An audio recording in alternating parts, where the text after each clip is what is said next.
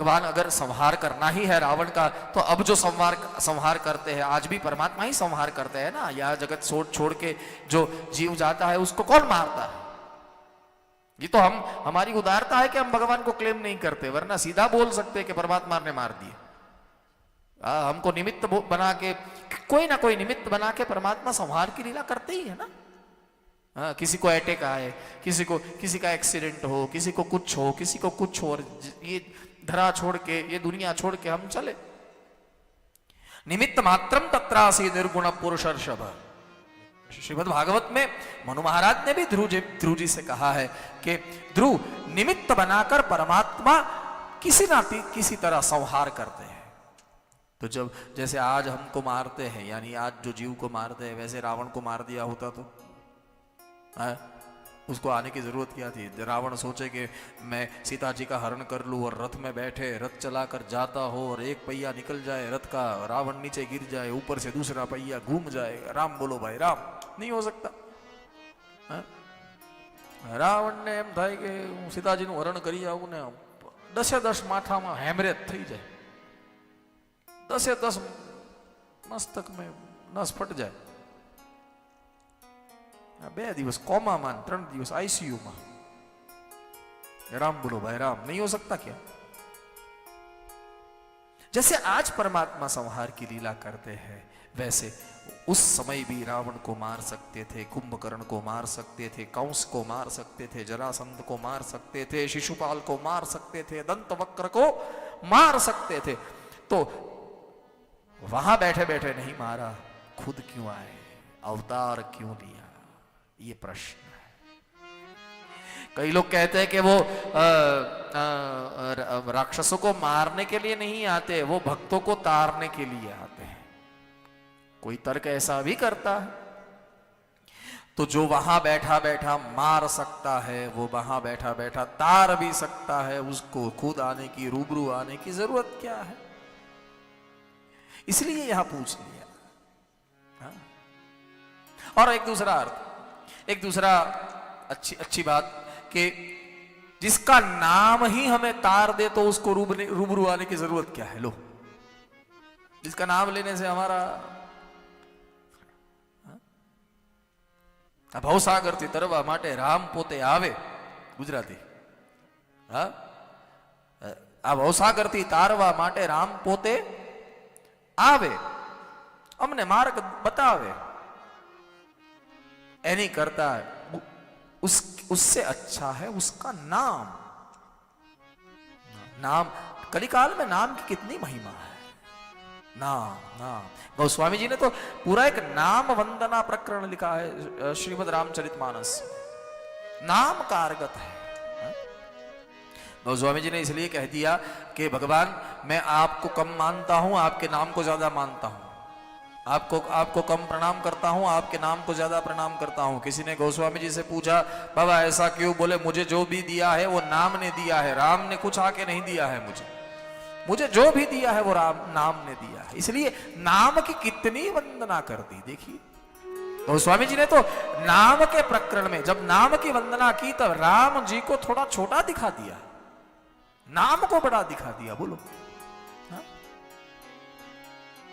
वो तो पाश्चात्य संस्कृति कहती है कि what's there in a name. वो कहते हैं ना, वो एक लेखक है ना, वो कहते हैं नाम में क्या रखा है। हा? कहते हैं ना, कौन कहता है?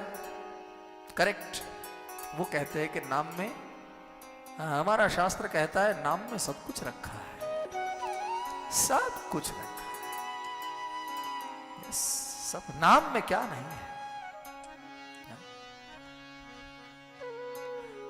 अगर सरकारी कचहरी में हमारा कोई काम ना होता हो, तो हम कोई किसी पॉलिटिशियन के पास जाते हैं और जाकर कहते हैं कि चलिए ना मेरे साथ आइए तो मेरा इतना काम हो जाएगा। तो वो पॉलिटिशियन क्या कहते हैं कि मुझे आने की जरूरत नहीं है, मेरा नाम लो, काम हो जाएगा। एक पॉलिटिशियन के नाम देने से जो अगर हमारा संसार का काम हो सकता है, तो ईश्वर का नाम देने से हमारा कौन सा काम बाकी रह सकता है साहब?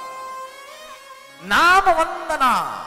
हाँ, नाम में बहुत कुछ रखा है, बहुत कुछ। इसलिए गोस्वामी जी ने जब जब समय मिला तब भगवान के नाम को अव्वल दर्जा दे दिया। अव्वल दर्जा, नाम जपे जपे जपे, किसी भी विधा से जपे, कहीं भी जपे। गुड़ कहीं भी खाएंगे ना, मीठा ही लगेगा, स्वीट ही लगेगा। रात को 12 बजे खाओ तो भी स्वीट लगेगा, सुबह 4 बजे खाओ तो भी स्वीट लगेगा, मुहूर्त में खाओ तो भी स्वीट लगेगा, मुहूर्त ना हो राहु काल में खाओ तो भी स्वीट लगेगा। हमारे सुरेश जी राहु काल पे बड़ा मानते हैं, बड़ा मानते हैं। मुझे भी फोन में बताया कि भाई राहु काल में नहीं शुरू करना है। अच्छी बात है, मैं भी बहुत मानता हूं, हाँ मेरी भी श्रद्धा बहुत है। मुझे आपके बारे में बहुत बता रहे थे, आपके बारे श्रीनिवासाचार्य जी के बारे में बहुत बता रहे थे कि आपको पूछे बिना बड़ी बात बता रहे थे। मगर मेरे कहने का अर्थ यह है कि अगर राहु काल है फिर भी गुड़ खाओ तो मीठा ही लगेगा, है ना? हाँ, सुबह खाओ मीठा ही लगेगा, शाम को खाओ मीठा ही लगेगा। अगर आप सो गए हैं और कोई आपको जगा के गुड़ मुंह में डाल दे, अगर आप सो गए हैं, आम गए जग આપણે જાગીએ એટલે સીધું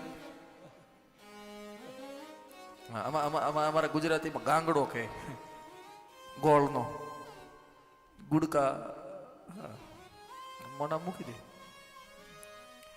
तो क्या आप ऐसा कहेंगे कि ये तो तीखा है? नहीं, किसी भी वक्त कोई भी स्थान पर किसी भी अवस्था में आप गुड़ खाइए मीठा ही लगेगा। इसी तरह से किसी अवस्था में किसी भी वक्त कोई भी भगवान का नाम लीजिए वो कारगर ही होगा। यस, नाम में बड़ी ताकत है। गोस्वामी जी ने भगवान राम से एक बार तो ऐसा कह दिया कि भगवान आपसे क्या हो, कुछ ना हो।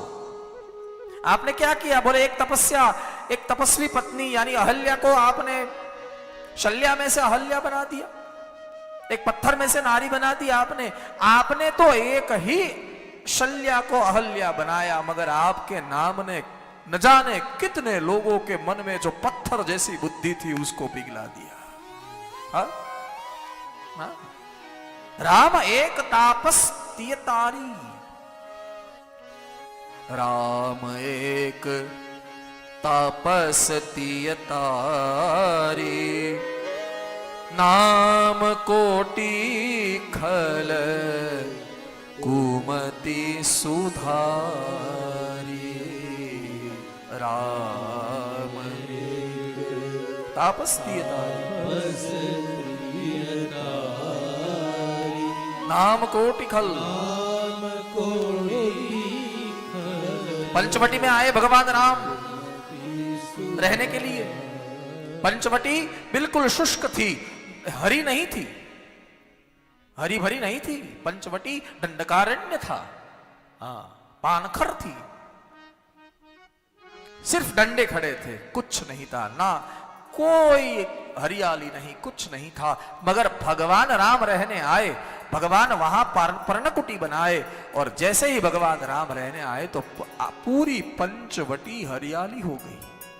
जैसे बसंत, पानखर से बसंत आ गई, ऐसा हुआ। गोस्वामी जी ने कहा आप तो एक पंचवटी में गए और एक पंचवटी पानखर से बसंत में आ गई, मगर आपके नाम ने न जाने कितने कोई हृदय में बसंत ऋतु पैदा कर दी है। आपसे आपका नाम बड़ा है।